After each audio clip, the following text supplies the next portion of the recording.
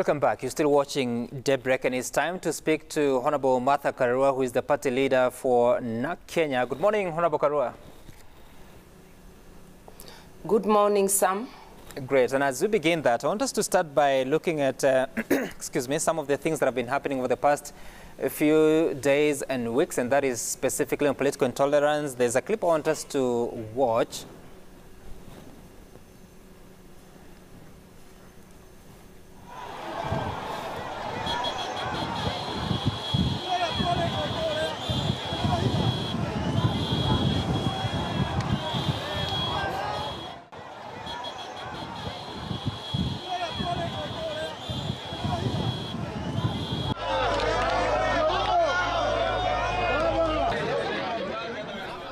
All right, those are some of the images that the country witnessed on the 27th of January 2021. That was Raila Odinga in the area of Githurai. And earlier on, we had seen similar events on the 13th of January when he was at Burma. And the day after, that was on the 20th of January, we saw the deputy president and having some exchange when he visited Burma. But then again, Monday last week, we saw that ugly scene of some two members of parliament fighting each other at a funeral. And Honorable Karua, if I remember correctly, during the funeral of Musalia Mudavadi's mother in Vihiga County, you spoke about this political intolerance. But at that time, we had not seen the sort of chaos and violence that you're witnessing now. How are you reconciling this as you look at the state of the nation and state of politics at the moment? I think, Sam, we must start at the very beginning. BBI is a project laden with intolerance. The first incidents of intolerance occurred on the day there was a rally at Bukungu Stadium. There was supposed to be a rally at Mumias by people opposed to BBI. It was broken up violently by the police and people were beaten up. This was the first incident of demonstrated political intolerance coming from the state and using state agencies. Then the second incident that was very obvious was in Kitui, when a member of parliament was ejected from the BBI rally. So what we are seeing this year, which are the incidents you have recounted, is a progression, natural progression of the violence instigated by the state and now taken up by the political actors.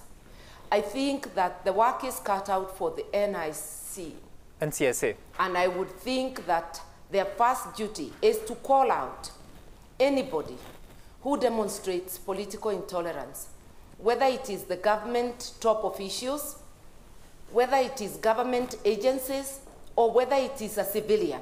They must be called out equally.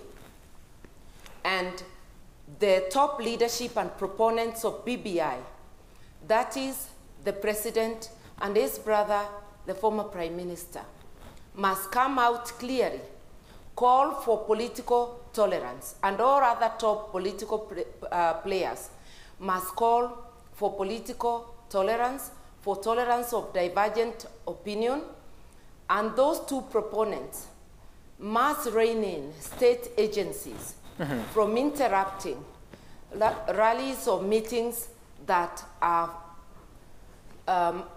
called by people who do not support BBI. We must see even-handedness in application of the law. And generally, every politician, every person campaigning on any point politically must be held accountable if they or their supporters display political intolerance. And Honorable Karua, because there are many agencies in this country that can take action. We've listened to the Parliamentary Committee on National Security and Administration calling on the DCI to take action. We've heard from the CIOC, the Constitution Implementation Oversight Committee, saying as much. We've seen NCIC naming and shaming some 4 political leaders, Simba Arati, Silvana Sosoro, Johanna Ngeno, and Mike Sonko. Is that enough? And what more do you think needs to be done by NCSC and these other agencies that are pointing fingers at who else can take action? Selective naming won't do. And that is what the NCIC is doing, selective naming. I've given you a chronology from where I stand, how the Intolerance project started. And it started with BBI. And I think that unless if all are called out equally, the law is applied to all equally, and it doesn't appear to be punishing those who are against BBI. Even when they have committed crimes, people's sympathy is likely to be with them if it appears that the law is only being used on them, not on others. And I think the problem we have now is the double standards in the application of the law, and that it's only the Jubilee administration that can help. The Jubilee administration and its allies. Because I also know that the former Prime Minister does articulate government policy. Right, and of course, another to touch on the Building Bridges initiative. We know that so far the county of Siaya, that is Siaya County... Breaking bridges, I would say. Right, let me just raise the question. Siaya County Assembly appears to have already endorsed this bill, and therefore should 23 more counties follow suit, then it finds itself to Parliament. How are you reconciling with this process, especially having come from that event in Sagana where President Uhuru Kenyatta was addressing MCAs, and there appears to have been a promise on their car grants?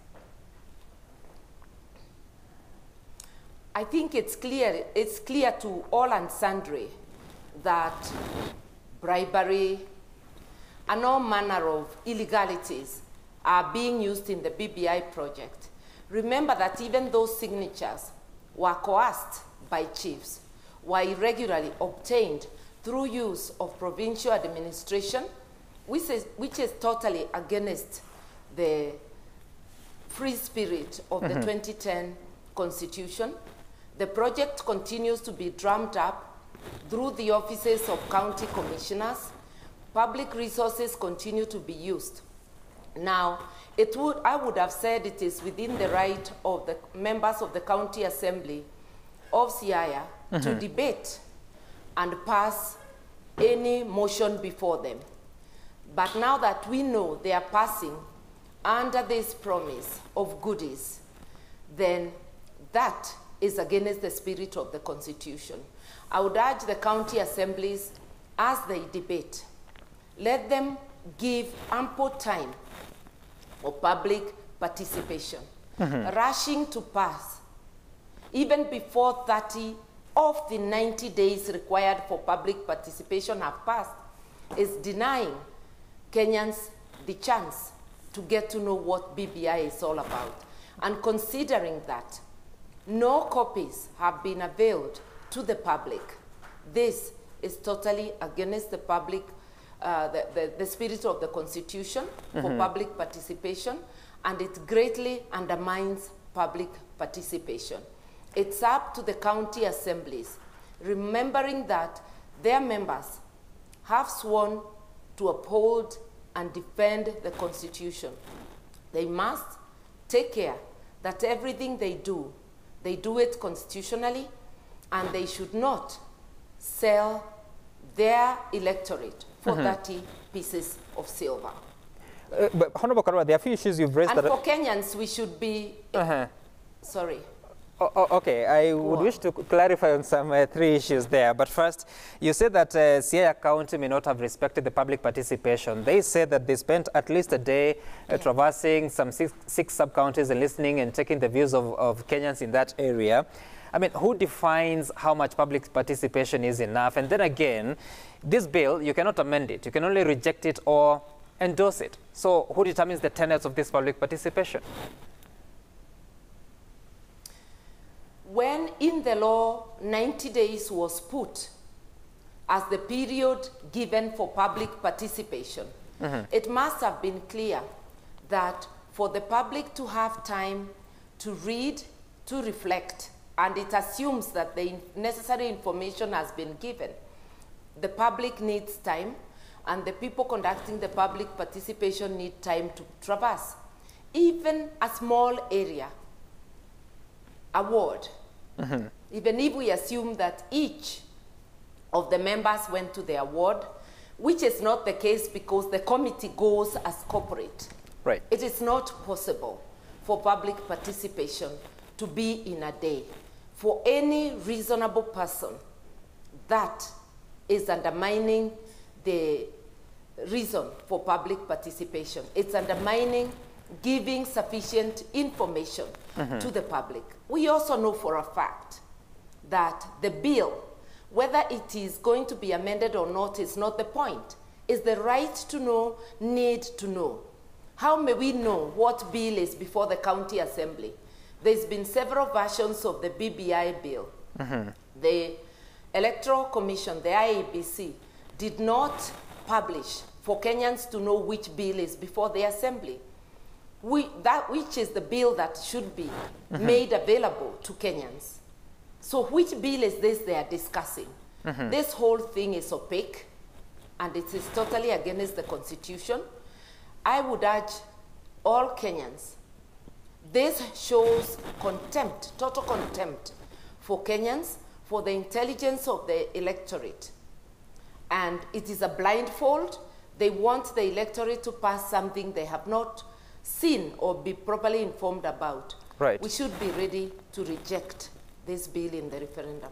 And we'll come to that, but again, there's another claim you made that whatever MCAs are being promised is bribery, and that the signatures in support of the BBI... Is it a claim or is it reality? Because you also should be objective. Let me just raise the question, Honorable Karua, because also you said that the signatures were collected through coercion by chiefs. I would want you to substantiate how much of a bribery that support to MCAs is at a time that they have been clamoring for this car grant for a couple of years.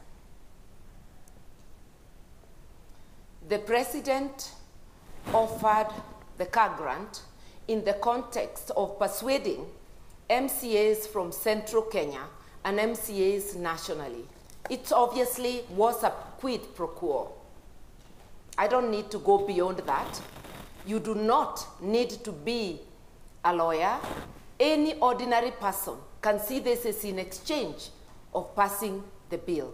And I've listened to the proponents talking about the bill, including to the recent Turkana tour by the former Prime Minister. And I hear things that are actually exaggeration of what is in the bill. That is why people must have copies, so that those who are opposed, like Martha Karua and others, and Linda Katiba, when we say why we are opposed, Kenyans must be able to counter-check our claims. When the proponents go promising heaven, which is definitely not in BBI, Kenyans must be able to catch them red-handed because they have the bill. That is the object of the right to know, need to know. That the ultimate decision is the decision of the voter without any coercion or any blindfold. The claim that chiefs were used to coerce people to sign up for BBI, do you have any evidence? It was all over the papers. Chiefs, there were letters from permanent secretaries giving chiefs targets. And the first lot to be coerced was all youth involved in Kazi kwa Vijana project. They were Kazi Mtaani or whatever they call it. They were being required to sign before they can continue to participate in the project. The rest were anybody going to look for services from the chiefs, from the administrators, and they even entered churches where people were signing, being told that, you know, they were not quite being told it's about a referendum. This is in the public domain. What is surprising is that you can challenge that assertion that it is quid pro quo. Right, and I'm just wondering, because what we were told from the promoters of BBI is that they presented 4.4 million signatures to IBC, then IBC spent about a month to verify and told us that they have seen at least a million signatures to be credible. Moving forward, because it's likely that we have more avenues of people coming to amend the Constitution, how do we secure the integrity of a constitution and the process so that it's not manipulated by some of the things that you're saying might have been influenced by some undue powers? One, it is those in leadership being faithful to their oath of office to uphold and defend the Constitution. That means that if the President and his collaborators want to amend the Constitution, he, like other Kenyans, must not use public money. He must use any other initiative, his supporters, his party members. He must not abuse office by using the administration, which is supposed to serve Kenyans, not promote a personal initiative to amend the Constitution. If the President wishes to amend the Constitution as the President, as government, then his initiative must go through Parliament. That's the window open for him, through parliamentary amendment. If it's a people's initiative, he must behave like a citizen, not like the President of Kenya. Lay off using our resources or abusing them, and come and convince us that indeed we need to amend the Constitution. The way the Okoa Kenya initiative was, the way Ekuru Aukot's or Third Way Alliance initiative was. The President must not clothe himself with privilege that does not belong to him, using our resources and the administration to advance what he calls a people's initiative, meaning it is his own personal initiative, not a government initiative which should go through Parliament. And therefore, Honorable Karua, because the Constitution has been with us since August 2010 until now, and it's being used to go through the processes that you're witnessing now. All the articles in the Constitution have been ticked. But then again, you say that it's against the spirit of the Constitution. So who will save Kenyans? Who will save Kenyans is Kenyans themselves, standing to defend the Constitution. The Jubilee administration has never pretended to love this Constitution. The President is on record many times saying that the Constitution ties his hands. This is a Constitution that his administration has not bothered to implement. They now properly, to implement fully. Even where it is implemented, it is undermined. We are dealing with the issue of 2/3 gender rule, which has not been fully implemented, not even in the county assemblies. I have personally gone through the numbers in each county assembly, and only 8 are compliant. The rest fall short, between 28 and 31% of what is required. And we are dealing with a parliament that is non-compliant, an executive that is non-compliant because cabinet does not fulfill the 2/3 gender rule, and also a judiciary that is not compliant. The apex court has never been compliant. How then can the violators of the Constitution, who have violated even court orders, including the order to dissolve Parliament, can be the ones to tell us where the Constitution needs to be amended? What I see is an attempt to overthrow the Constitution of Kenya as we know it. The return of the imperial presidency, which Kenyans rejected, that a president now, if BBI were to pass, will be appointing cabinet without any vetting. A president who has his hand in the judiciary through the judicial ombudsman, who is like a government inspector, menacingly towering above the judiciary. What we are seeing is also the reversal of people power, because this Constitution recognizes that it is Kenyans who donate power to all the 3 arms of government. We see a reversal of this and the deliberate attempt to take away people's right to public participation, to mute their voice through refusal to let them actually know what is in the BBI and determine for themselves whether it's good for them. Kenyans, beware. This is a coup against the Constitution.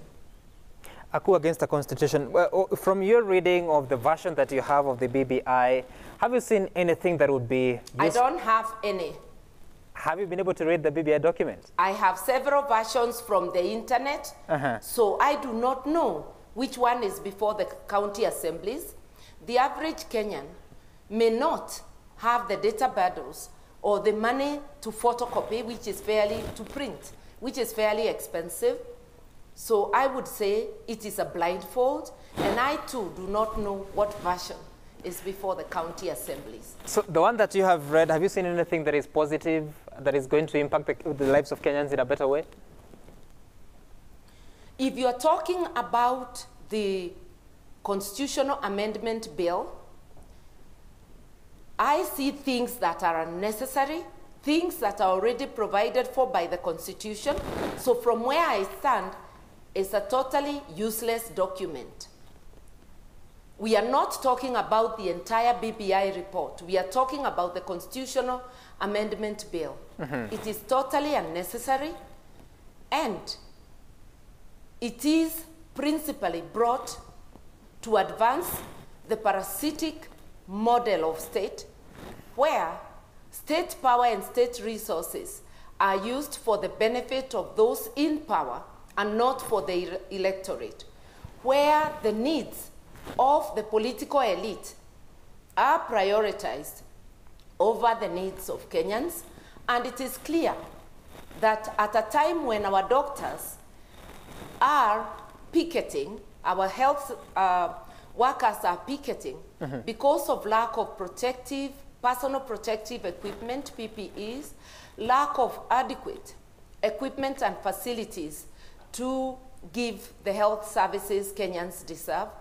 At a time our children are learning under trees. At a time the government is conducting mass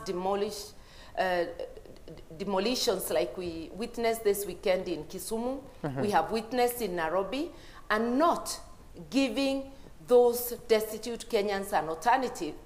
The priority for the elite, political elite, is to create additional seats at the top. Right. The BBI expands the top seats from 2 to 5. This is priorities of the political elite, from where I see it, not the priorities of Kenyans.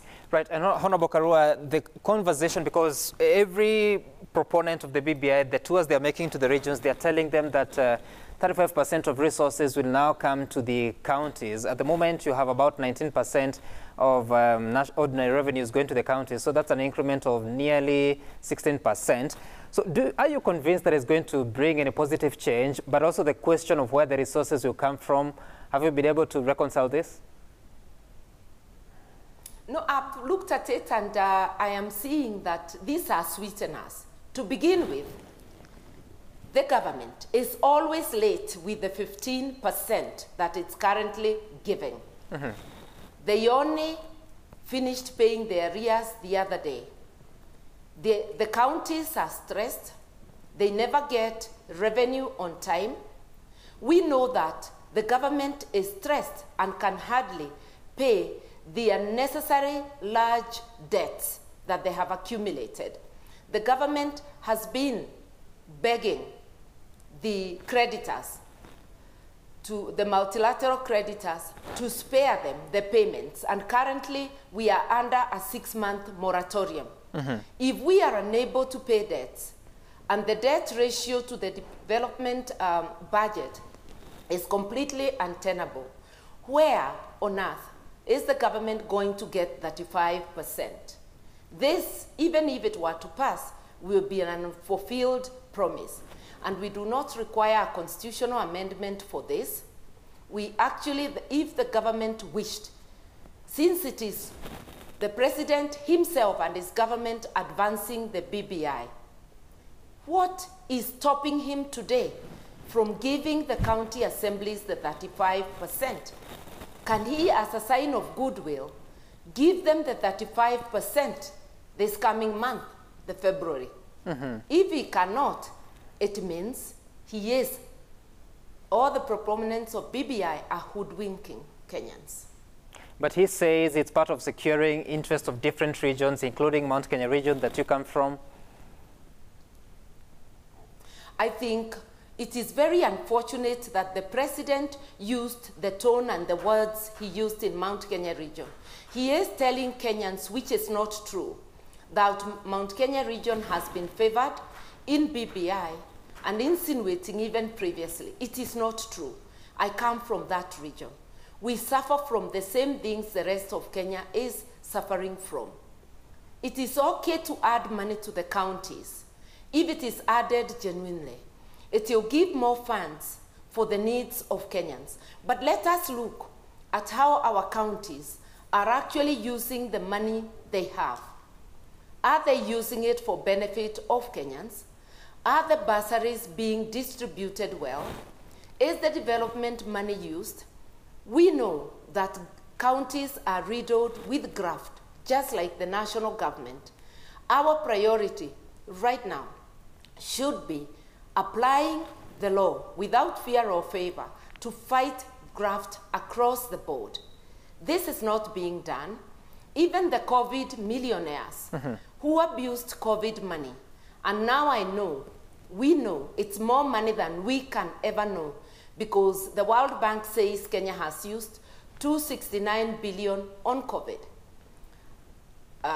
mitigation. At a time, the county hospitals have no ability whatsoever to respond to critically ill COVID patients, clearly showing it's been a gravity train.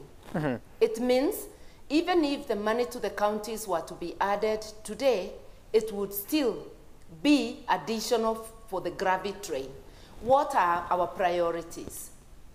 Is it necessary for the Constitution to be amended? From where I sit, no. Right. Let's talk about the initiative you unveiled some few days ago, or is it weeks? And you're calling it Linda Katiba. How exactly are you planning to sensitize Kenyans on what you now believe to be sort of a fallacy in the promise of the constitutional amendments? This is a voluntary initiative. We launched our website, www.lindakatiba.org. This is to share information on why we must defend the Constitution, to share what the Constitution promises and has not been implemented. One of the major highlights being giving Kenyans a voice and the people power, which BBI promises to fight back, and also the economic rights under Article 43, where every Kenyan who is unable to provide themselves with the basics of life, be it food, health, shelter, education, or other basic services like water and sanitation, is entitled from our taxes to social support from the government. And the millions of youth who are jobless, they need not sleep hungry or without shelter. If the government implemented Article 43, they would be able to get social support. We intend to use every available means as volunteers, use the media, use social media, use word of mouth, use every volunteer, every willing volunteer in Kenya to pass this message that we must safeguard the Constitution. If we let our gains be whittled down, we do not know what the next amendment will be, whether it will be extension of the presidential term limit, because we have all signs that the executive is not willing to exit. An executive who are on their last few months of power cannot be proposing constitutional amendments or forcing constitutional amendments upon the nation. There must be a hidden agenda. They cannot be pushing for an imperial presidency. This cannot be for a president who wishes to retire. The signs are on that through one form or the other, this is a plan to violate and completely remove all the gains. It's a coup against the people of Kenya. But Honorable Karua, yours would appear, under the volunteers of Linda Katiba, would appear such an uphill task if you had to compare it to what is happening with the state-propelled process to popularize the BBI at a time that the political class that is not comfortable with this is pretty reluctant to take a stand. What are your chances of success? I want to agree it would appear an uphill task, but I want to remind us, to remind every Kenyan, power is with the people. If you count all the county assembly members, all the members of parliament, and all the members of government, even if you added them all the provincial administration, they are the minority compared to 50 million Kenyans. We have to keep reminding ourselves, we have the power granted by the Constitution. We are the ones who employ these people. We have the mandate to withdraw our power donated to them through the ballot. We are the majority. Do not give up merely because they have occupied the airwaves. They are coming with heavy boots. We have the power to say no. And I'm urging all Kenyans of goodwill to say no. And I'm reminding us that even the KANU regime that ruled Kenya for 40 years before we overthrew them through the ballot in 2002, kept on rolling back the gains in the Constitution. It was bit by bit. This is the first step by the Jubilee administration of rolling back all the gains and returning us to the state that Kenyans rejected, to the opaque state, to the parasitic state, where despite huge salaries, leaders continue to abuse our resources and ignore our needs, like our health needs, education for our children, and our livelihoods. It is time to say no. So it may appear uphill, but with people power, it is an easy task. And I'm reminding us that ultimately, when people get tired, revolutions come from the people, not from the state. And Honorable Karua, let's now switch gears and focus on the state of governance in the country, and also specifically talk about the presidency. And since you live in this country, you've been watching what has been going on, the sentiments that are coming from different quarters, those that are allied to the president and those allied to the deputy president, but also specifically from the two gentlemen that whose re-election you supported in 2017. What have the past events taught you or brought to the fore for you in as far as assessing the performance of this presidency? Let me talk of the Jubilee administration. Their performance is totally dismal. It is only God who has saved Kenya from our health facilities being overrun by coronavirus. It has not hit us as hard as it has other countries. Otherwise, it would have been total disaster. The response to the corona pandemic has been to create millionaires and billionaires at the expense of Kenyans.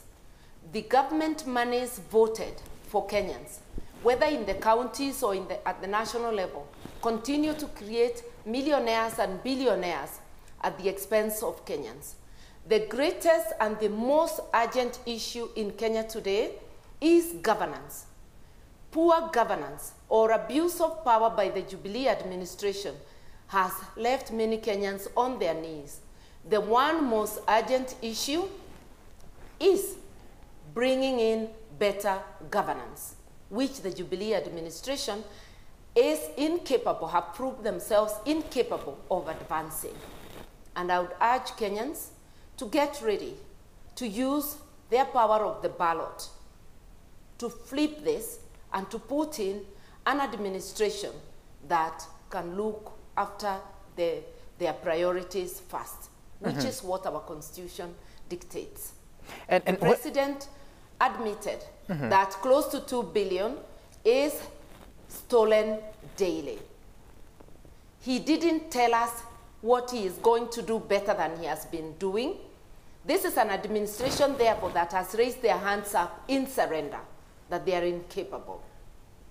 And when you look at the exchanges between the president and the deputy, of course not directly, including that revisiting of a promise that the president made during the campaign trail that miaka kumi yangu, miaka kumi ya William, and even the deputy president coming to respond. And now the deputy president blames Raila Odinga for the handshake and BBI as having made Jubilee administration dysfunctional. How much of that is true? I actually was going to say there are three people to this administration. There is the president and his BBI brother, the former prime minister. There is also the president's deputy. And I'm saying that because the former prime minister and his ODM brigade articulate government policy better than government. And lately, he's the one telling the MCAs that President Uhuru's word is his bond, and that he will come through on the 2 million car grant per MCA granted. So from what I see, there are three people in this administration, and they have all failed. The exchanges are unhealthy, whether through proxy or directly. The president, being the first among equals, he has the responsibility of ensuring that there is unity in this country. And that behavior that is happening within his administration, I call it the two sides of Jubilee. One side has the president and his allies, his BBI brother. The other side has the deputy president and his allies. Kenya is larger than the two sides of Jubilee. Those of us who are not impressed but by how this is going on must rise up and ensure that there is an alternative that is very far away from what is happening in the Jubilee administration, that will uphold the Constitution and the rule of law. Because these exchanges are a demonstration of the contempt our leadership has for the Constitution and for the laws and for good governance. Do you have any regrets backing the re-election of the Jubilee administration in 2017? If it were today, I wouldn't back them. But as of that time, I weighed the scales, and in good faith, I supported them. What we are being told now is that even none of the sides was ready to do any better, because it is not only the Jubilee administration failing, it's also that they are being aided and abetted in their failure by the former prime minister and the ODM brigade, which clearly demonstrates that we were between a rock and a hard place. Neither side would have been better, and is prepared to be better. And Honorable Karua, you were very instrumental in the election of the National Rainbow Coalition and the re-election of the contentious re-election of President Kibaki in 2007. And from all those lessons, coupled with the lessons of the Jubilee administration in 2013 and then 2017, what are we learning when it comes to coalition forming and wooing of political minds when it comes to preparing for 2022? What must we avoid going into that election? I think my first take is that the rule of law is always king. We must obey the Constitution, and we must obey the law, even when the situation does not favor us. And that is what I said right in 2007. You have election grievances, take them to court. Even today, our court system is not perfect. I had election grievances. I took them to court, imperfect as our system is. And I was dissatisfied with the court results until I went to the East Africa Court of Justice. But that doesn't mean you opt to go extrajudicial. Our system, as imperfect as it is, we must always uphold the rule of law, even as we strive to amend, to make sure that our laws are applied better, our courts function better. I am saying that any Kenyan who promotes extrajudicial, extra-constitutional means is sowing seeds of anarchy in this country. Coalitions are not to blame. It is the lack of constitutionalism, the failure to uphold the rule of law that is the problem, and the abuse of state power and state resources. Those should be the lessons we learn, and around the world, I'm asking Kenyans to remember, even the powerful can be removed by people power. I don't think Bashir in Sudan ever thought that the jails he made for his opponent could end up housing him one day. Even strong men and women, but mainly strong men, have been removed from power in history. In Kenya, we should strive to always bring in a revolution through the ballot, and that is what our 2010 Constitution intended. It is the people's revolution through the ballot and through constitutional means that is being thwarted by the Jubilee administration through the BBI initiative. We must, as Kenyans, reject this. And Honorable Karua, as we begin to wind up, so there's a conversation going on in this country, the Hustler versus Dynasty. The NCSC has already warned against it, saying that it could turn genocidal. The political proponents of the Hustler narrative say that we are focusing on the real issues. What is the real story here? I think the real story here are two sides of the Jubilee administration. I said one side has the deputy president and his brigade, the other side has the president and his ally, the former prime minister. The narratives they are creating, whether they are dangerous or not, I want to answer it by posing questions to Kenyans. Is the failure to prioritize the health needs of Kenyans dangerous?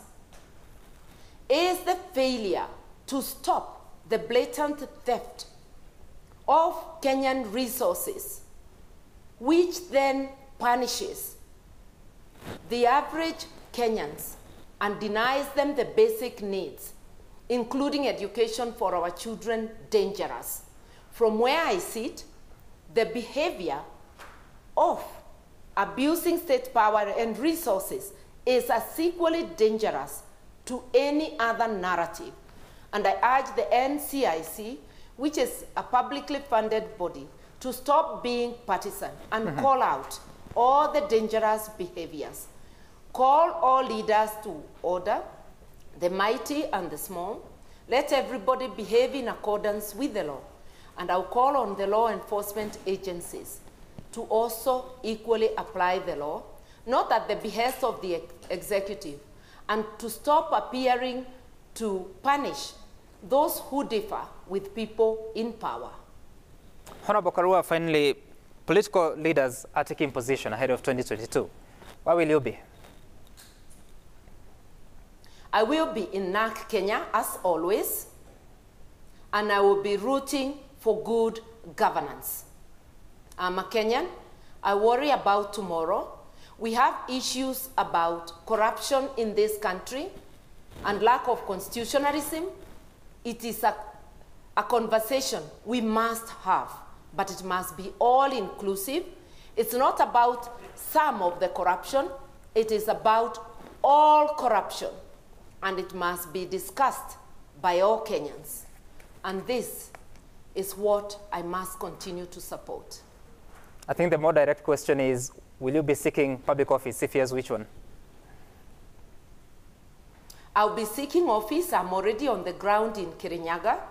I am a Kenyan, and I'll be seeking office. Let me not be asked to declare anything when there is no election. But yes, I'm a Kenyan interested in good governance, ready, able, and willing to serve my country. And serving my county is serving my country. All right. You don't say what position, but you say on the ground in Kirinyaga, you'll be seeking to serve Kenyans in Kirinyaga. Let's take a look at some of the feedback that has been coming through. I've also said serving my county is serving my country, so right. I've already said. Okay, all right. Let's take a look at some of the feedback that has come through at Citizen TV Kenya, at Sam Gituku, the hashtag being a daybreak. I want to begin with the first one. By who? This is, of course, the hashtag to Nahashon Kimemia saying the former Prime Minister is promising youth loans with 0% interest. DP Ruto is promising cheap loans for Boda Boda and Mama Mboga. Martha Karua is telling the youth that government should give them free shelter and food if they are unemployed.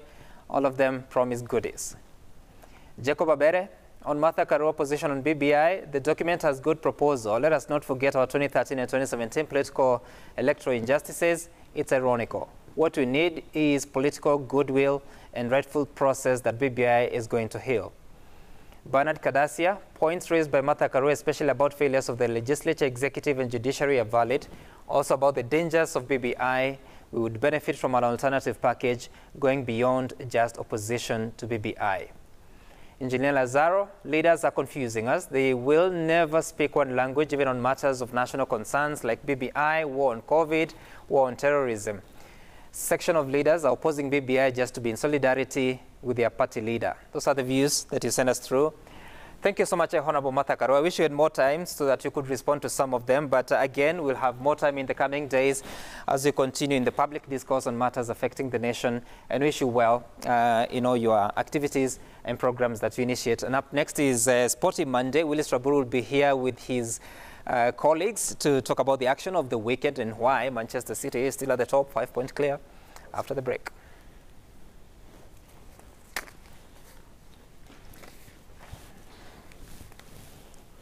Asante Mheshimiwa.